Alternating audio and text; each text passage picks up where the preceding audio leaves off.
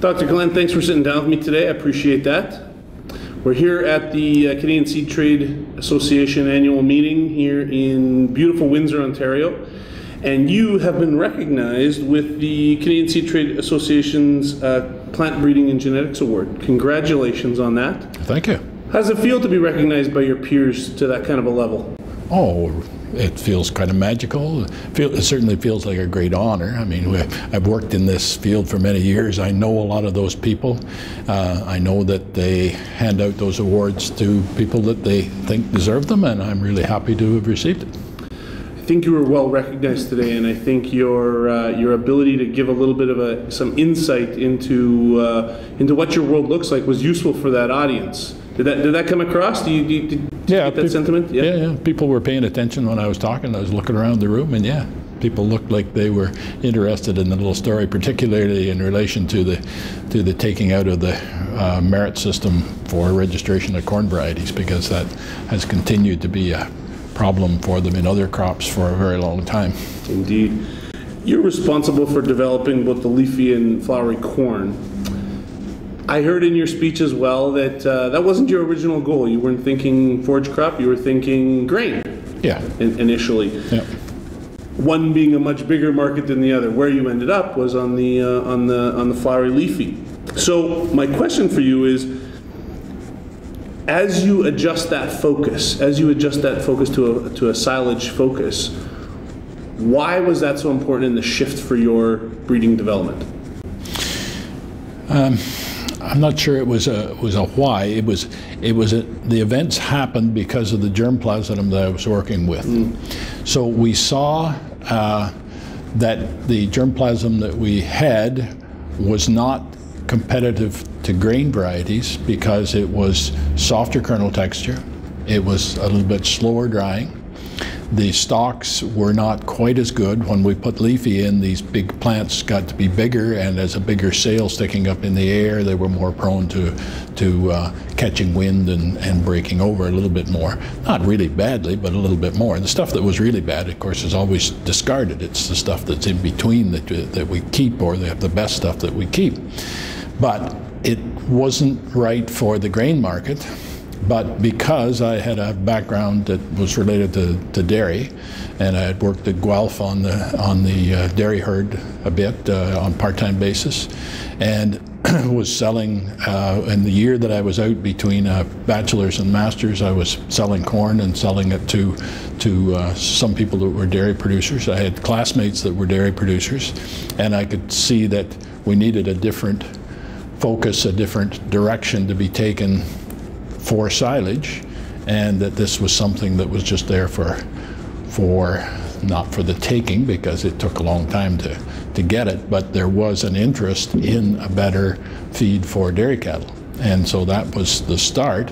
It was the germplasm that led me there, and then it was some associations with companies that were in very predominant dairy silage markets. So like overall in the US at that time, US and Canada, silage averaged maybe 8% of the total market, but there were markets like Wisconsin and New York that it was 55 to 65% of the market. And so that was very different for the seed companies there. Now, I didn't say it in the talk that I gave, and it didn't come up in the introduction that Dave gave, but we are Glen Seed was established as a foundation seed company. So we do breeding, and then we take the products of the proven products of our breeding to the seed industry to get them to market to farmers, to make the final hybrid and market to farmers. We supply the parent seed that we've made, the unique new inbred lines for those purposes. We supply those to the seed companies. They grow them in the fields, they do the detasseling work, they harvest the seed crop, they market to the farmers. They pay us a royalty, that's where we get our income from. And then we help them to the extent that we can with the marketing programs, specifically looking at silage varieties. And why the varieties we have are better for silage than grain varieties would be. So on the front of the magazine it said against the grain, and that's essentially what we've been doing, is breeding not against the quantity of grain but against the different quality of grain. So we want flowery was something that we literally found in our nurseries 14 years ago, and we now have it in varieties, and it makes flowery corn, or flowery kernels. So the inside of the kernels are soft white. The difference that makes in the feeding is that it breaks up very finely in the silage harvesting system, and the particle size is then much smaller entering the cows in the rumen, and the particle size being flowery, or particle texture being flowery, it's lighter, and so it kind of floats more in the rumen, and means that the product stays in the rumen longer. A cow makes milk from the feed that she has been has ingested by bacterial action, making more bacteria, and so what we have is starch that is making microbial protein, and that's what makes the cow lives on to make milk. And so we've had to learn a whole lot about dairy animals and work with nutritionists to do this, and so we're pretty confident that what we're bringing forward is some of the best things that could be fed to dairy cattle. So Francis, I'm not a scientist. Can you explain a little bit to me about the methodology and maybe the process that you go through as you're developing new varieties? Yep, absolutely. So this is something that I'm pretty sure that not many people have a realization about it at all. And I was thinking that we're gonna make a video of this ourselves in the field doing the actual work and showing people in the video, and then put it on our website. We're going to do that very soon. So corn is an open pollinated species. The tassel is separated from the silk by distance. Pollination occurs by wind movement of pollen and by gravity of the pollen simply falling from the tassel once the anthers open up. And the way the crop that is the seed of commerce is a hybrid crop. So the way that we make a hybrid is first to make the inbreds, so that the parental lines that we work with are inbred. To get inbreeding, of course, has always been known in cross species to be bad. That's why we don't like anything other than first cousins to marry, and we got laws like that. Certainly no brother-sister marriages. It was only royalty that ever did that, and look what that worked out to be. So we in terms of corn techniques, we inbreed individual plants for a number of generations. The technique of doing that inbreeding is that before the silks come out from the ear, if anybody looks at a corn plant and watches it grow, the little ear shoot shows up in the axil between the leaf and the stalk, and then before a couple of days later the silks come out. Each individual silk is attached to an individual kernel, and then pollen falls on those. What we do to prevent pollination is we put a prophylactic small white wax bag that will withstand the weather over top of those ear shoots prior to the silks emerging. Then the silks emerge under that bag, and there's 300 to 400 silks, individual silks that come out. They emerge under the bag.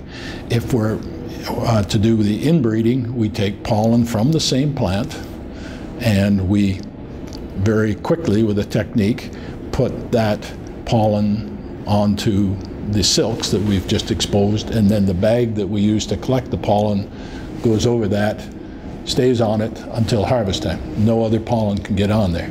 We have forced inbreeding. Now, when we start into a new breeding program, you start with two parents that are not particularly related at all, or they're unrelated.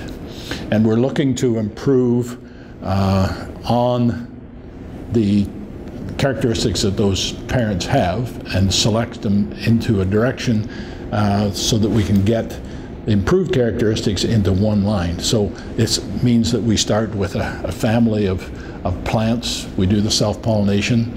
Each ear selected at harvest time will be handled and dried and shelled separately. It will go into, so 20 kernels will go into a row. Will be planted in a row in the next year's breeding nursery, or next generation. So we do a winter generation in Chile, and so we're doing 2 generations a year. It leaves Canada, goes to Chile, leaves Chile, comes back to Canada, do another generation.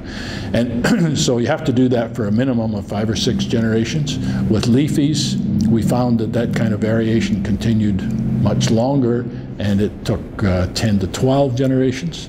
An advantage to us was that everybody else who started working with leafies at the same time that I did got very confused by this type of material that kept up being variable for so long, right. And they abandoned it. So we're left as being the only source of leafies in the world, and so that's kind of nice. So it pays to be stubborn. Is that the? Yeah. And the independence that I had by being an independent meant that I didn't have to report to bosses and shareholders with my success. As long as I could fund what I was doing, and we did it on a pretty cheap way for a long time, we could keep going forward with the ideas that I had, where I could see a little bit to where I was going. And of course, you keep learning all the time. You keep learning how this all works. We absolutely learn from the material that we work on all the time, and we find ways to get there faster sometimes a little bit, better ways of doing the evaluations. We very quickly learned with leafy that when we made a bigger plant, so the idea of leafy was we could increase the leaf area per acre by putting more leaves on an individual plant. The reality was that we lowered the ear some, we increased the total leaf area, but we increased the total leaf area above the ear an awful lot. It is the photosynthesis that is captured by those mature leaves above the ear that feed the ear to make starch in the ear. And what we found out really early on was that in moisture limited conditions, which most of our years are, we go through a drought of some sort in most of the years, if we pack those plants in at the same plant density as the grain varieties that were currently on the marketplace were, so it was, we were looking in terms of plants, thousands of plants per acre. So at grain varieties were planted at that time at 33,000 plants per acre, and we found that if we planted our leafies like that, we didn't get very good ear development because they were so competitive with one another, being these big plants. If we dropped back to 28,000 plants per acre, we had bigger ears, we had plants that stood better, they were healthier, they could withstand drought better. We started to do all our evaluations on that. So it was a matter of learning from the material, and it was the material that we had that was unique, and we were the only ones to be able to learn from, because we were the only ones that had the material. Now, that gets you go through this 8 to 10 generations, 10 to 12 generations, whatever it takes. What you want is, you want to be able to have every ear from the previous generation's row, if planted out, you want every one of those rows to be identical. So that means we're at the inbred state. By being in the foundation seed business and having been working for a commercial company before, I knew that we had to have good inbred lines. I did my PhD thesis with the idea that inbred yield would be correlated with hybrid yield. We couldn't prove it with the material that we had. I think now, after a lifetime of working with it, I think that that is largely the case, but I know that there are individual individual examples of fairly low-yielding inbred lines that can make some very fantastic hybrids. That happens, but generally good inbreds make good hybrids. So we select for all the things that we want in the hybrid in the inbred state. Then the hybrid is made by taking those inbreds. Okay, so the silks then get pollinated by an unrelated parent. So the more unrelated that parents are, both adapted to the same geographic set of environmental conditions, the bigger the chances you have of picking up heterosis or hybrid vigor.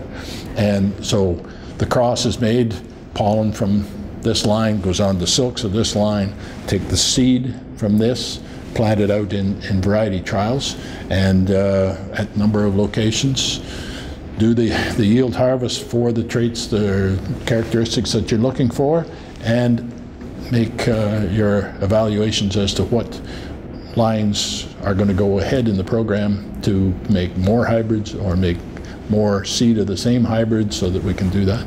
We are generally at a situation where we, from the first test to the first time that we offer a hybrid to a company to look at in their trials, would be a 3-year period. So we would test for 3 years, right, and then we would have a multiplication of the hybrid seed and test this out with our customers and say, how do you like this in comparison to what we've been working with before, and this is what you should look at in relation to those things. And then they say yay or nay, and sorry, we like the old one better, or this other one, we would like to switch over to this other one. That's the kind of development work that happens.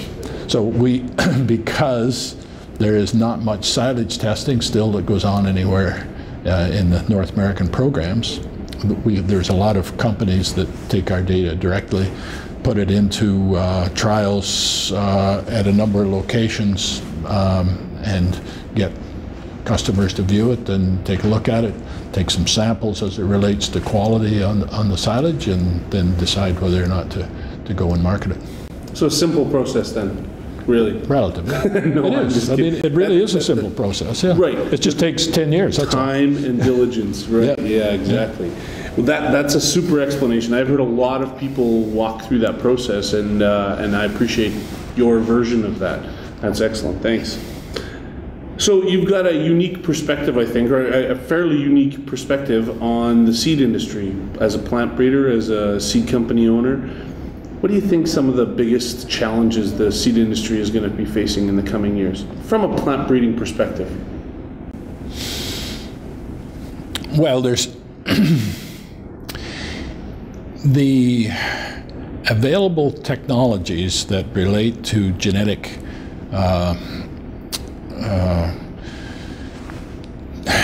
investigation to make new varieties now are shortening the time to be able to go through the number of generations. We can now, companies can work with what you would call instant inbreds, where they go into a variable source, sample it, run it through a technique so that in 2 generations they're working with pure lines. And there's a lot of companies that are doing that. So that's a challenge in the numbers of lines that they come out with and how they can handle them. The GMO question will continue to be a challenge, and I think will continue to be a difference between the marketplace in essentially outside the US, Canada, and a few other countries, and the rest of the world, particularly Europe and stuff. And we work with companies in New Zealand and companies in Europe now, and it's clear that those companies would like to be able to access the traits that the farmers would like to have, but the marketplace will not allow them to do that.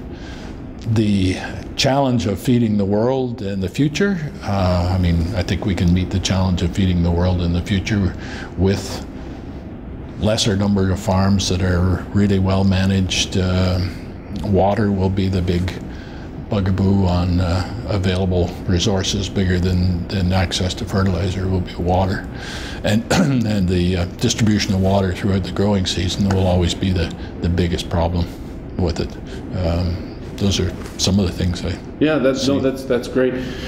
And then kind of maybe, I don't know if it's a flip side to that, but maybe related, we're working to get young people involved in the industry, in the seed industry in general, but even more specifically in plant breeding.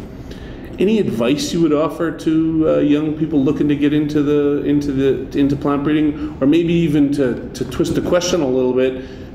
What would be something that you wished someone would have told you when you were first getting into plant breeding?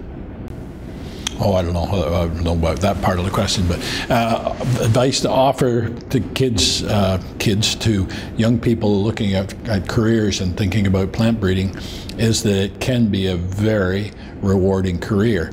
Now, I'm 40 years back from, I got my PhD in 1974, so I'm 40 years away from having been in graduate school.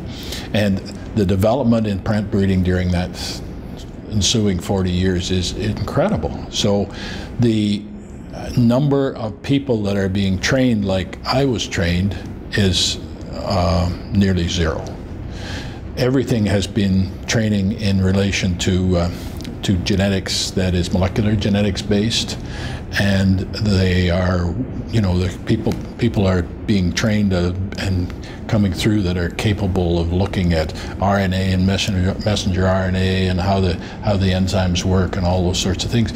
But there really needs to be a continued training for the people that would do the work that I'm doing, which is to put all of that information into a package that is a product that can go and do a job in the farmer's fields. So much of research now is understanding all the genetic background and all the chemical steps that take place, but it is the performance of the variety that remains incredibly important for the future. Now, we need to educate kids about where their food comes from. We need to have people understand, and adults too, they need to understand where their food comes from. There's this great thought about everything comes from factory farms. Well, a lot of these, what they would call factory farms, are family farm businesses that have built up over maybe 3 generations or something like that. And these people have, because of the cheapness of food, these people have had to develop into very highly efficient operations in order to stay in business and make food and have food available. They are people that are concerned about the land. They are people that are working to keep their investment in the land there to pass on to their other generations. So they're working on sustainable things anyway, but they're using modern inputs to do it. And so there needs to be a lot more education about what sustainability really means in terms of productive agriculture. Then I think we would get younger people that were more interested in, if they knew what the value of an education in agriculture was, they would be more interested in doing it. I constantly hear the numbers that there, for every grad from an agricultural college or agricultural university, there is anywhere from 3 to 5 jobs for them. They are not generalists. They are generalists a little bit in agriculture, but they're very much specialists in terms of science. And they have been educated to the point where they know how to learn. They have the chemistry background, they have the biology background, and they have the math background, and they can go in and learn very rapidly within a large corporation how to help make the whole system work and have a very wonderful career in that. And so, I mean, we need to somehow get those messages across to young people that there are very good jobs available in terms of agriculture. Agreed. Well said. Well said. Speaking of careers, so to date, you've had a pretty good one, recognized by your peers today. Lots of experience, lots of, I'm sure, exciting adventures along the way. What do you got on the go now? What's next? And then maybe the second stage to that is, what's next for Glen Seeds? Well, we're moving into our two children and their spouses are coming up in the business. They're helping me out and putting me into modern times very rapidly, and that's helping us to expand the business quite nicely.